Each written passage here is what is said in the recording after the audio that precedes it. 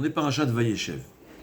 Le début de la paracha, c'est la haine entre Yosef et ses frères. Un peu drôle, hein? Alors, premièrement, avant de parler des Avot HaKadoshim, il faut savoir, quand on parle des fautes d'Avot HaKadoshim, c'est l'exemple qu'on donne. Je dis que quelqu'un ne sait pas parler. Qu'est-ce que ça veut dire? S'il a 2 ans, ça veut dire qu'il ne sait pas dire un mot. S'il a 5 ans, il ne sait pas dire une phrase. Et si c'est le grand rabbin, il ne sait pas parler aussi bien que le rabbin Citruc. Ouais, on emploie les mêmes termes, mais ça veut dire différent. Donc quand on parle d'Avot HaKadoshim, on parle de leurs fautes, bien que la Torah parfois elle appelle ça une faute grave, parce qu'ils étaient à un niveau tellement élevé que pour le grand rabbin qui ne parle pas correctement, c'est comme un bébé qui ne sait pas parler. Donc on ne parle pas, on parle des fautes, on ne comprend pas réellement comment ça se fait qu'ils ont fauté, c'est d'être très très fin, ce que le rabbin nous appelle. De plus, on n'a pas le droit d'inventer, on ne fait que répéter ce qui est écrit, de sages qui savaient ce qu'ils disaient. Et troisièmement, on n'est pas en train de décrire ce que eux font, on est en train de décrire quelles leçons nous on doit avoir. Bon, on parle ici au fait à Sinat Chinam. Et comme dit Rabbi Elchanan Wasserman, c'est la source, au fait, tout ce que nos ancêtres ont fait, c'est ce qui a ancré dans les descendances leur caractère. Ce qu'ils ont fait de bien, Abraham Avinu, il était prêt, tous ces Messirut Nefesh, tout le peuple juif, il est prêt à mourir pour Hachem. Et dans le nord aussi. Les Shvatim, puisqu'ils avaient entre eux de la sina, de la haine, comme la Torah le dit, ça a malheureusement fait que dans le peuple juif, jusqu'à présent, il y a de la haine entre nous. C'est à cause de ça que le Mashiach... Les goïms lui reprochent toujours. Même le Harba Ben Damigdash, ils ont dit au rabbin de Ben Damigdash, comment vous allez résoudre le problème que vous avez vendu votre frère. Donc, elle est ancrée, vraiment ancrée. C'est jusqu'à présent. C'est-à-dire la faute existe jusqu'à présent. Alors, Rabbi Elchanan, il dit à son avis, la raison pour laquelle, vous savez, il y avait Alilot Dam, ce qu'on disait qu'on utilisait le sang de bébés non juifs pour, comment on appelle ça en français? Alilot Dam, c'est, bon, il dit à son avis, c'est la punition sur le fait que les frères de Joseph, ils ont égorgé une brebis, c'était une chèvre, ils ont trempé la vie dans le sang. Mida keneged mida, Hachem, quand il punit la même chose. On nous accuse de verser du sang. Et la question se pose, en réalité, pourquoi? D'ailleurs, c'est écrit qu'en vérité, si les Achei Yosef avaient un amour comme il le fallait, ils auraient été aussi considérés comme nos patriarches. Mais là, puisqu'ils ne se sont pas conduits correctement, donc au fait, ils ne peuvent pas être les pères du peuple juif, parce que patriarche, c'est celui qui hérite de ses enfants quelque chose de bien, une qualité. Les mères, les 4 mères sont considérées comme nos matriarches, bien que c'est pas sûr que nous on vient de Léa ou de Rachel. Donc ils auraient pu être théoriquement les patriarches. Et c'est ce qu'on leur reproche. À la différence de Rachel et Léa. Rachel, elle était prête à perdre Yaakov, et théoriquement, elle pensait qu'elle allait se marier avec Esav, juste pour ne pas vexer Léa. À ce point-là. Léa, elle avait fait ça d'une façon que Léa ne s'aperçoive pas. Léa ne s'est pas aperçue. Elle ne savait pas jusqu'à la fin de ses jours que Rachel lui a donné sa place. Et pourtant, on voit que Léa, elle était prête quand elle était enceinte du 7e enfant. Elle dit, c'est pas possible que ma sœur ait moins d'enfants que les autres. Elle était prête à offrir à sa sœur son enfant, qu'elle ait à la place. Rachel et Léa, c'était l'amour total.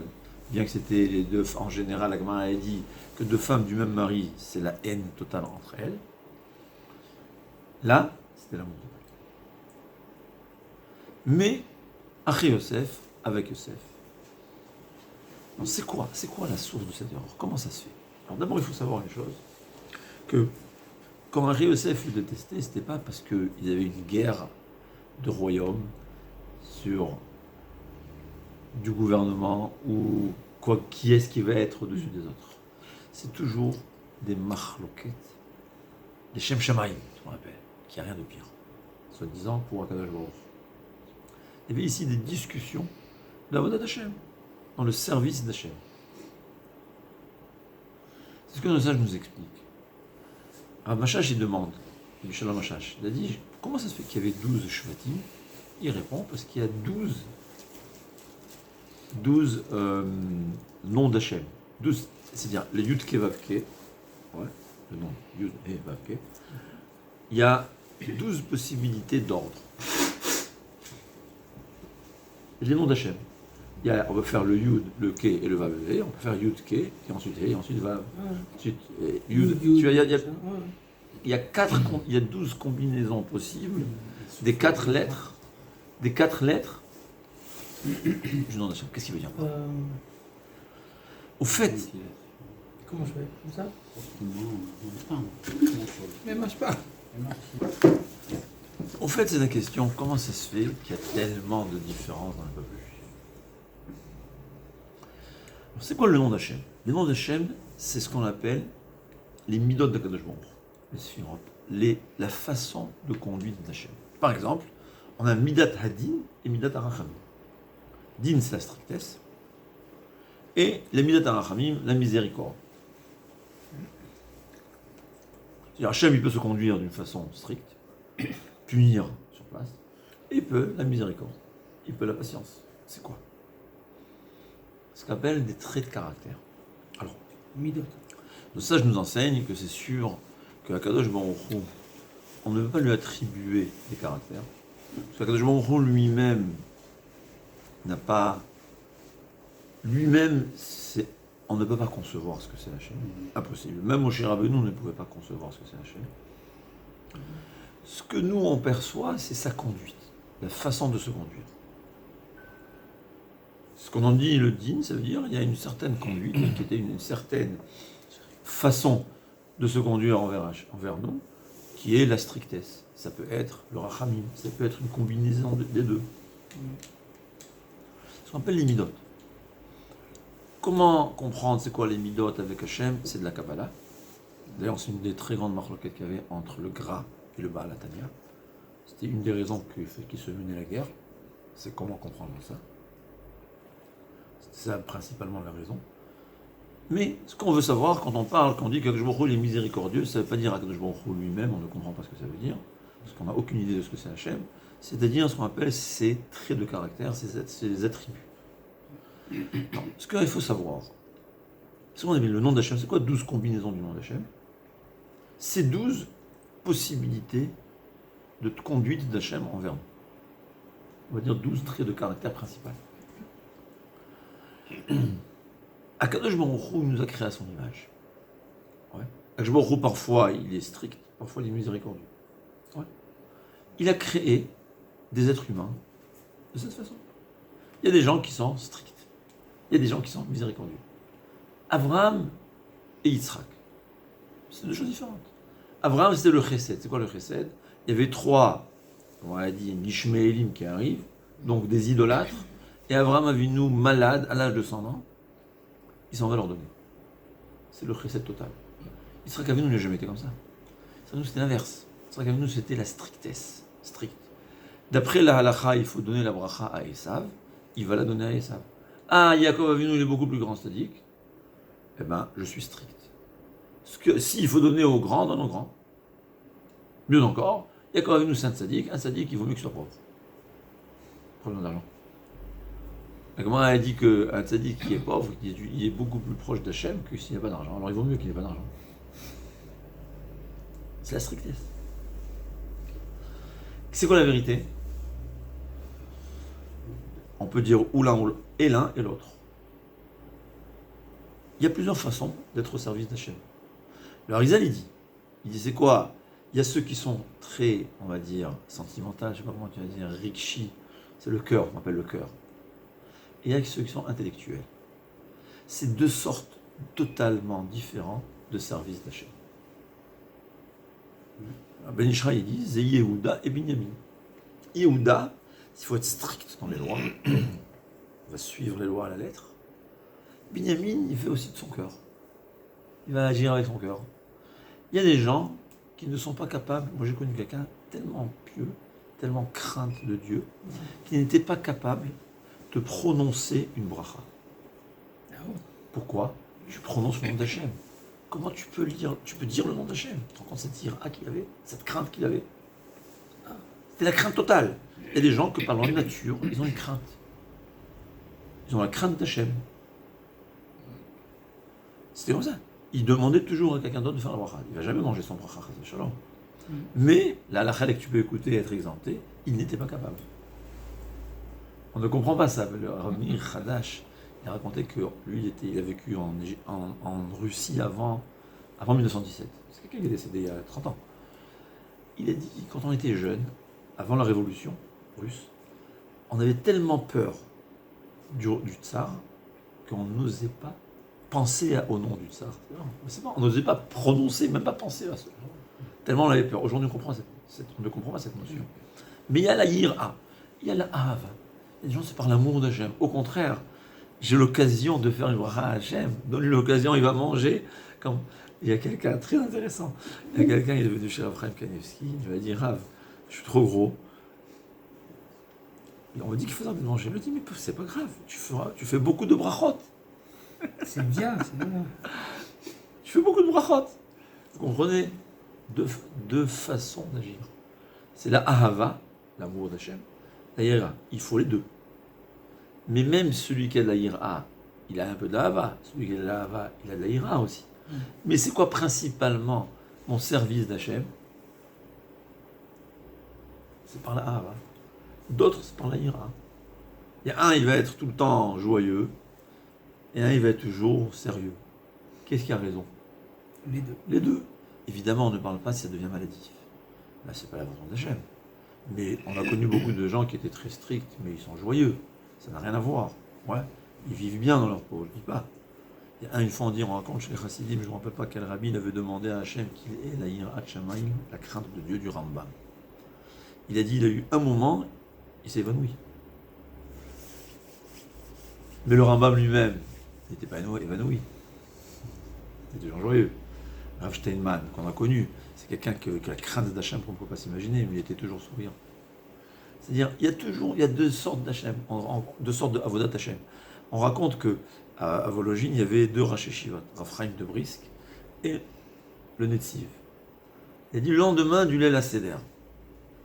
Le Netziv, il était tout content. Combien de mitzvot on a fait? On fait des centaines de mitzvot le Leil HaSeder.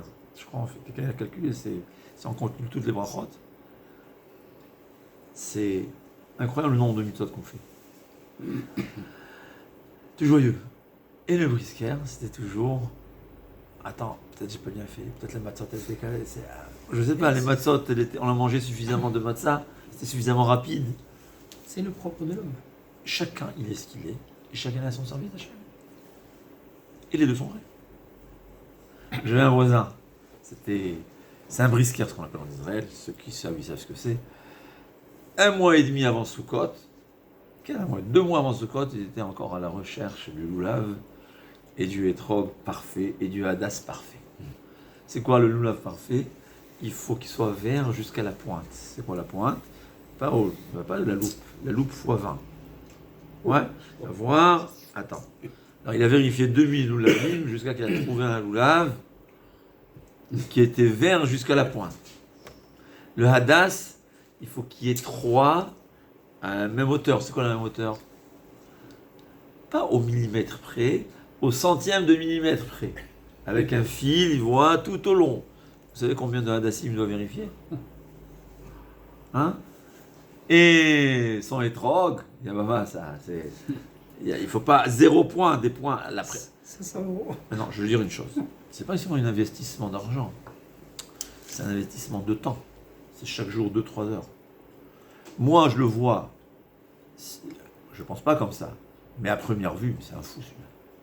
Ta mitzvah, c'est vrai que plus c'est ce qu'on appelle le hidour. Tu fais quelque chose de plus joli. Ouais. Ton père, il te demande de lui emmener un verre. Je prends une assiette qui est très belle, qui est propre, et même s'il y a un petit point, C'est le Messie Adéchaïm, il dit, c'est sûr, il dit quand tu offres à un roi, ouais, je vais offrir la nouvelle, quelle voiture? Ferrari, plaqué or. Il y a une petite égratignure en dessous. Ça manque dans le cadeau. Quoi. Alors c'est pas ce que Hachem nous exige de nous. C'est pas ce qu'il exige, mais c'est sûr que quelqu'un qui a investi, que sa voiture elle soit plaquée or. Moi j'ai vu que les Ferrari, il calcule au laser l'épaisseur de la peinture, l'épaisseur de la couche des peintures. C'est-à-dire s'il y a, je sais pas combien de microns, 1 ou 2, 3 microns. Pourquoi tu fais ça? C'est la perfection. La même chose dans les mitzvot. Donc c'est sûr que c'est bien. Mais je ne me vois pas investir 3 heures par jour pendant 2 mois sur cette mitzvah. Et peut-être moi j'ai d'autres qualités que lui là-bas. Alors, je ne veux pas me moquer de lui, chas de shalom. On va expliquer ce qu'on va expliquer. Mais de mon côté, pour moi c'est un fou. Pourquoi? J'ai tort, mais ce que j'aurais pu dire, 3 heures investir sur ton loulav, étudier la Torah. Moi je préfère 3 heures étudier la Torah. C'est quelqu'un qui étudie. Mais il étudie, mais il a 3 heures pour ça. J'exagère quand je dis 3 heures, mais. Ouais. Mais il voyageait, il allait dans les. C'est incroyable, les vacances, il passait. Il allait voyager là où il y a des par décimes, des champs de loulavim, il fallait. Parce que tu t'imagines, il fallait grimper, incroyable. Parce qu'il aimait cette mitzvah. Il aimait cette mitzvah. Pourquoi j'avais besoin de faire ça? Tiens, c'est mieux étudier la Torah, Talmud Torah Ken Vetroulam. Moi j'ai un principe, les arba minimes après Kippour. Jusqu'à Kippour, c'est la Torah et la Tfila et la Tchouva. Le lendemain de Kippour, je cherche. Ouais. Qui est-ce qui a raison? Nous deux, on a raison. Chacun il a son service d'Hachem selon sa qualité de ce qu'il est. D'ailleurs, nos sages nous enseignent. Comment un homme doit savoir c'est quoi son rôle dans ce monde? La mitzvah qu'il a dit. S'il y a une mitzvah ou un caractère, il aime rendre service, c'est que ce que Hachem veut de lui, qu'il soit quelqu'un qui rend service. Il aime étudier la Torah. Ce que Hachem veut dans ce qui est le pour lui, c'est étudier la Torah. Alors ça ne veut pas dire qu'on ne va pas faire, on va délaisser l'autre côté. Mais principalement, ce qui est compatible, ce qui est le plus compatible, ce qui est le mieux selon mon trait de caractère. Il y a quelqu'un que lui, il n'est pas capable de voir qu'il y a des gens qui sont vraiment de la Torah. Toute sa vie, c'est rapprocher les gens de la Torah. C'est bien. C'est excellent. C'est une grande mitzvah. Mais il faut. Et la Torah, qu'est-ce qu'elle devient? Il faut la Torah. Donc chacun, il a sa facette, chacun, il a sa façon de servir Hachem. Un, il le sert par Hachem, il est plus sentimental, c'est plus le cœur, plus l'amour. Un autre, c'est plus intellectuel. Il y a des combinaisons différentes, tellement de combinaisons possibles. C'est ce qui explique le Harizal. C'est le Harizal qui le dit. Il dit il y avait 12 Shvatim, il y a les 4 points cardinaux. Il le dit. Il y a un, c'est les Ashkenazim, c'est plus le Sérel, plus la tête. Les autres, c'est les Sfaradim, c'est plus le cœur. Il y a les combinaisons des deux, c'est à droite et à gauche. Ça, je ne me rappelle pas. Il disait que c'était les Livournais. Les Livournais, c'était les Juifs italiens. Moi, je dis les Français. Les Juifs italiens, c'était une combinaison un peu des deux. Un peu de cœur, un peu de... Il y a toujours... Et les Constantinois. Et il dit c'est les 4. C'est-à-dire, vous savez que les 12 Shvatim étaient partagés autour du Mishkan. Il y avait 3 de chaque côté. Il dit chacun, il explique encore au détail. Chaque point cardinal, chacun, à chaque côté. Le nord, c'est fait ça. Et je suis sûr que pour t'expliquer, dans la Kabbalah, on t'explique qu'est-ce qui se trouve, les forces qui se trouvent dans le côté nord. Les Shvatim qui étaient dans le côté nord, c'est qu'ils étaient plus influencés par ce côté, donc plus par les Midot qui étaient dans ce côté. Chacun. Il y avait 4 côtés. Il y avait des combinaisons possibles. C'est ce que c'est les 12 combinaisons possibles du nom d'Hachem, c'est 12 traits de caractère principal. Mieux encore, à l'intérieur du Shevet, il y a 60 000 ou 30 000, c'est chacun un autre trait de caractère, une autre façon d'être au service d'Hachem. Chaque juif, il a son service d'Hachem qui est totalement différent de l'autre. Et au point où la Gemara a dit que même chez les tzadikim, on arrive en haut, Kol echad nichva mechupato shel chavero. Il y aura de la fumée. Il y aura de la fumée. Je vous dis, tel que la Gemara le dit, que moi, je ne vois pas le Olam Haba qui a lui. Pourquoi? Parce que moi, j'ai mon Olam Haba qui est compatible, qui est selon mes mitzvot à moi. Mais lui, par exemple, il faisait plus de chesed que moi. Ou il faisait sa prière vraiment bien, beaucoup plus que moi. Dans son Olam Haba, on verra un Olam Haba qui est le résultat, le fruit d'une tefila spéciale. Je vais être jaloux. Parce que moi, j'aurais pas ça.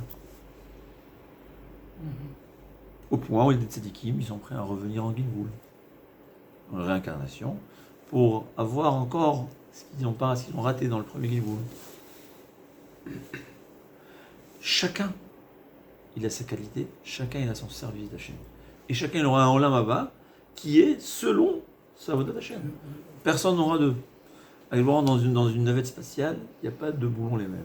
Chacun il a sa place, chacun a son travail à faire, et chacun il fait son travail, c'est ça son but. Et avec un caractère différent parfois. C'est-à-dire, c'est des caractères différents. C'est le cœur ou le cerveau, le sentimental ou l'intellect. Ça peut être la strictesse. Chacun a sa mitzvah qu'il aime. Ouais. Il y a des gens qui ont une mitzvah. Il y a des tefilines, il y a dans les tefilines, ou l'herba minime comme mon voisin. Il y a que ça, c'est la matzah. Ouais. Bon, ça c'est les briscards aussi. C'était les descendants, c'était la chita de Raphaïm de Brisk. Les matzot, il faut voir ce qui se passe. C'est la préparation totale, c'est le travail. Il faut qu'il n'y ait pas vraiment, c'est impossible qu'il y ait la moindre miette. Mais Pourquoi? Vas-y étudier. Fais d'autres mitzvot. Fais du zikouï arabim à la place. Non, chacun a sa mitzvah, chacun a son truc en clair. Qu'est-ce qui se passe? Par la nature de l'homme, c'est ce que ça je vous enseigne, qui se ressemble s'assemble. C'est pas seulement en français, c'est la vérité. Et celui qui ne me ressemble pas, je ne l'aime pas. C'est une halakha. On n'a pas le droit de changer du minhag dans lequel tu te trouves.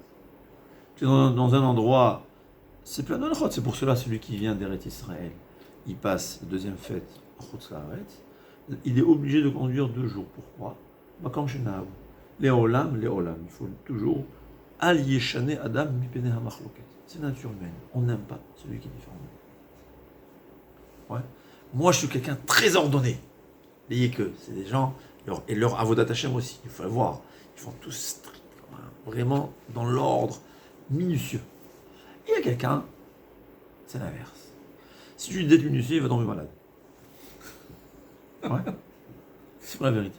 Chacun il a une qualité, chacun il doit être l'Avodat Hashem. Mais par la nature, je le vois, moi je suis très minutieux, je le vois, lui, il balagan, on dit. Hein? C'est pas seulement ça, c'est une négative. On va se dire, lui, c'est un rachat. Lui, il a tort. Lui, il fait pas le service d'Hachem comme il faut. Parce qu'il n'est pas comme moi. Dans ma tête, je pense, c'est un peu de la gava, c'est tordu. Le productif, il appelle ça, c'était tordu. C'est ça la source de la sinatrina.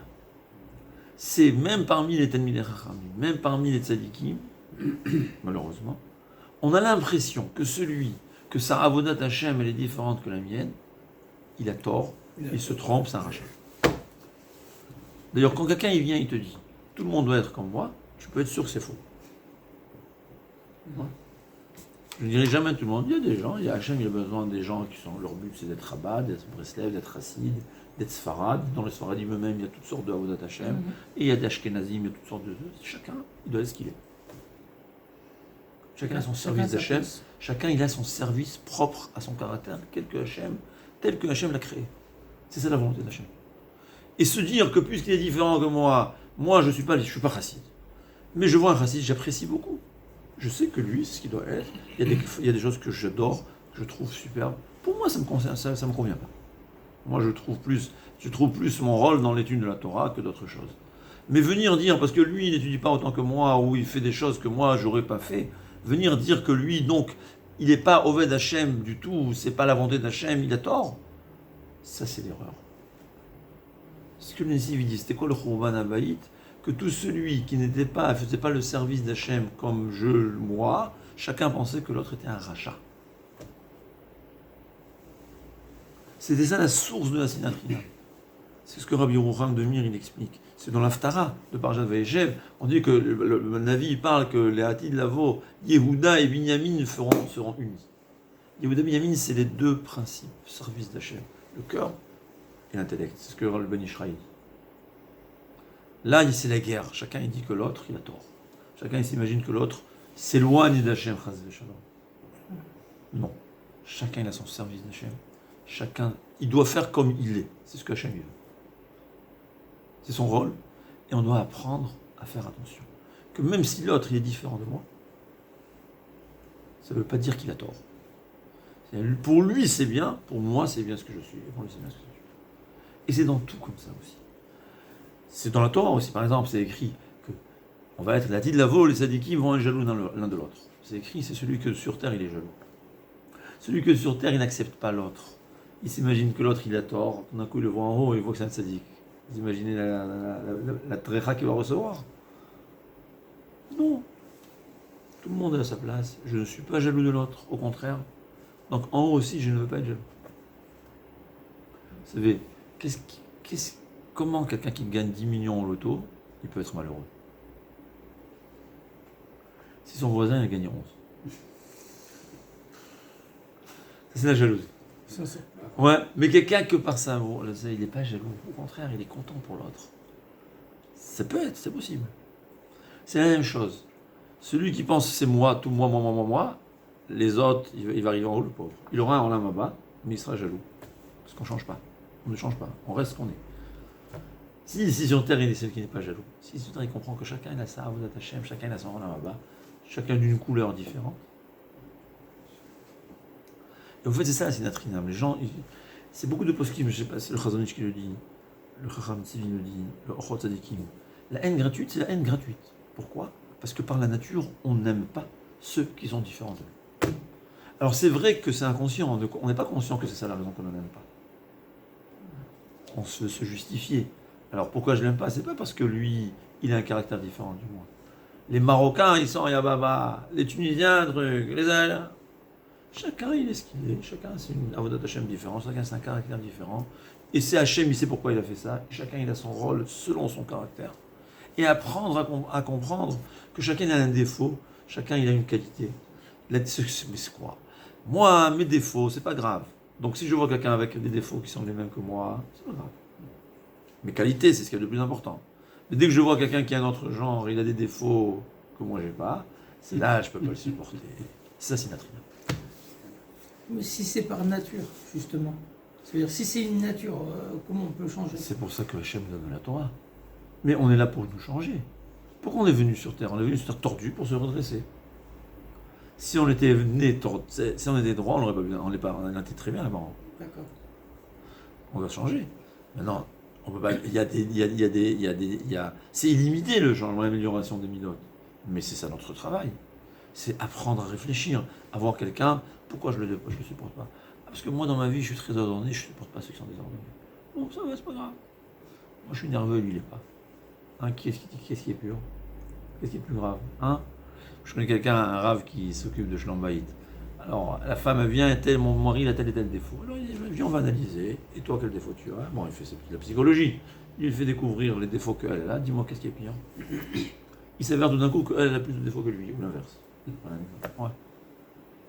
Alors, voilà. Seulement, on est habitué à nos défauts, on les accepte, les défauts des autres, on ne les accepte pas. C'est ça la sinatrina. On n'aime pas ceux qui sont différents d'eux.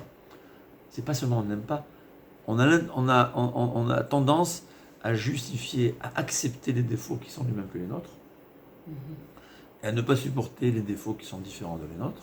C'est ça qui provoque la sinat chinam. C'est gratuit. C'est la nature humaine qui se ressemble, s'assemble. On ne sait pas si on ne se ressemble pas. Au point où la halakha exige de ne pas, comme on a dit, ne sois pas debout là où tout le monde est assis. Pourquoi? Ça provoque de la haine, ça provoque de la marloquette. C'est la nature humaine. C'est la nature humaine qui dit. La nature humaine. La Torah, elle nous dit, c'est sa nature dont change. Qu'est-ce qu'il y a? Je reste debout. Il y avait une fois, Moshe Feinstein était vieux, il était debout. Il dit, assis-toi. Il dit, la camarade, elle dit qu'il ne faut pas s'asseoir là où tout le monde est debout. Mais assis-toi, on va comprendre. Non, ça provoque une différence dans les gens. Ça a l'air. Et c'est ce que la Torah nous enseigne. Et c'était ça, malheureusement, ça a commencé. C'était des façons différentes de voir comment être au service d'Hachem. Et il y avait marqué Yehuda, Binyamin, ça a commencé et ça s'est terminé jusqu'à présent. Sans parler malheureusement ce qui se passe entre religieux par religieux. Surtout que c'est basé sur des mensonges totaux, c'est tellement énervant. Mais c'est comme ça. Ouais. A dit celui qui a dit, je ne veux pas dire son nom, les gens, les populations, ils sont très. Tu peux facilement, par la haine, tu peux les attirer. C'est très facile. Provoquer la haine, tu vas, ils vont être derrière toi. Par la haine et les sentiments. C'est très facile. Dès que tu dis que c'est un voleur, ouais, c'est des voleurs, on t'a suivi. Mais Hachem, il veut Ardout. Ardout, c'est d'abord comprendre la source du manque de Hardout. Ouais, c'est pas il parlait à Avat Israël, c'est quoi Avat Israël, il faut comprendre. Quand je vois quelqu'un, et dans ma tête, je ne le supporte pas, et en vérité, pourquoi je ne le supporte pas? Parce qu'il a un caractère différent du mien, c'est ça, c'est notre Sinatra. J'ai plus besoin d'autre. J'ai rien besoin de faire, même si je lui souris. C'est pas Sinatra. Pour déraciner le Sinatra, c'est comprendre. C'est pas s'il est différent de moi qu'il est pire que moi. Peut-être c'est moi qui est pire. C'est pas peut-être en général. On est tous la même chose. On a des différences, que ce soit dans la voie d'attaché, que ce soit dans nos caractères, dans la vie de tous les jours. Comprendre les différents ne veut pas dire que lui il n'est pas bien ou moi je suis pas bien. C'est encore plus que ça. C'est écrit que, en fait, Akadosh Baruch Hu a proposé la Torah à toutes les nations du monde. Une seconde, parce que